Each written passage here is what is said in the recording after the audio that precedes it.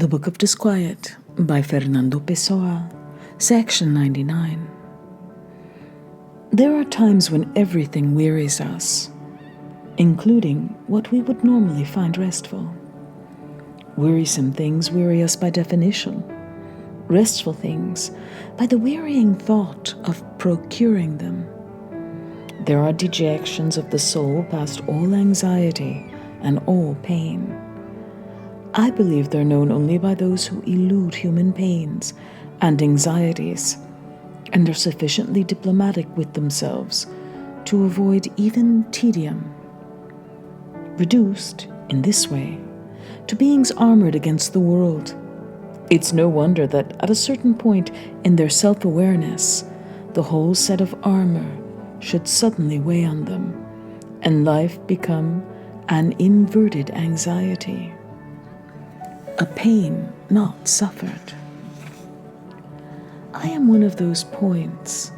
I write these lines as if to prove that I'm at least alive.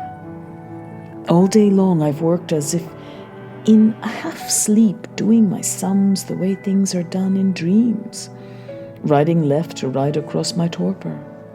All day long I felt life weighing on my eyes and against my temples.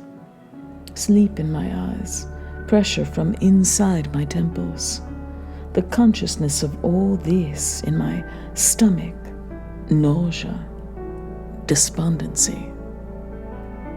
To live strikes me as a metaphysical mistake of matter, a dereliction of inaction.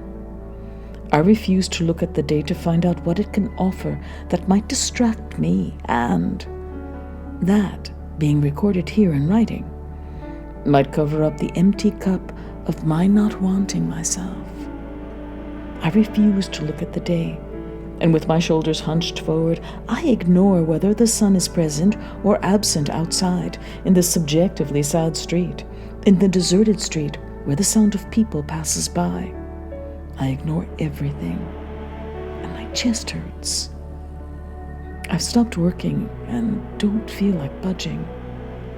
I'm looking at the grimy white blotting paper, tacked down at the corners and spread out over the advanced age of the slanted desktop. I examine the crossed-out scribbles of concentration and distraction. There are various instances of my signature, upside down and turned around. A few numbers here and there, wherever. A few confused sketches sketched by my absent-mindedness. I look at all this as if I'd never seen a blotter, like a fascinated bumpkin looking at some newfangled thing, while my entire brain lies idle behind the cerebral centers that control vision. I feel more inner fatigue than will fit in me, and there's nothing I want, nothing I prefer, nothing to flee. 100. I always live in the present. I don't know the future and no longer have the past. The former oppresses me as the possibility of everything, the latter as the reality of nothing. I have no hopes and no nostalgia, knowing that my life has been, up till now, so often and so completely the opposite of what I wanted. What can I assume about my life tomorrow except that it will be what I don't assume, what I don't want, what happens to me from the outside, reaching me even via my will? There's nothing from my past that I recall with the futile wish to repeat it.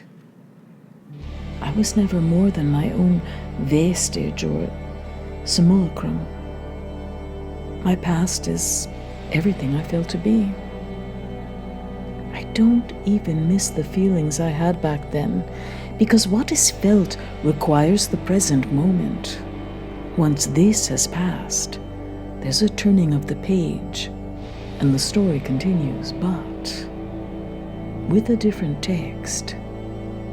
Brief, dark shadow of a downtown tree, light sound of water falling into the sad pool, green of the trimmed lawn, public garden shortly before twilight. You are in this moment the whole universe for me. For you are the full content of my conscious sensation. All I want from life is to feel it being lost in these unexpected evenings, to the sound of strange children playing in gardens like this one, fenced in by the melancholy of the surrounding streets, and topped, beyond the tree's tallest branches, by the old sky where the stars are again coming out. 101. If our life were an eternal standing by the window, if we could remain there forever like hovering smoke, with the same moment of twilight forever painting the curves of the hills, if we could remain that way for beyond forever, if at least on this side of the impossible we could thus continue without committing an action, without our pallid lips sinning another word. Look how it's getting dark.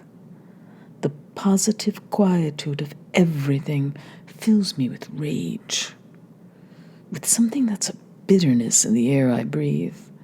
My soul aches. A slow wisp of smoke rises and dissipates in the distance. A restless tedium makes me think no more of you. All so superfluous, we and the world, and the mystery of both.